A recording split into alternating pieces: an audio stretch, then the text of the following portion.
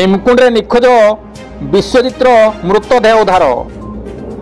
केन्दुझर जिला पाटना ब्लॉक डुमुरिया पंचायत घाट बालीजुड़ी स्थित प्रसिद्ध पर्यटन स्थल भीमकुंड को गतकाली भोजी करने को सांग सहित आसी सान कुंडे गाधोवा समय भासी जाई जड़े युवक निखोज थिले।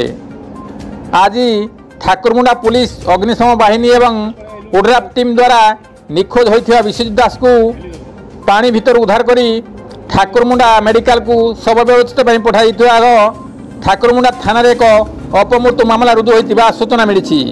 Govind Raut report KD news Odia.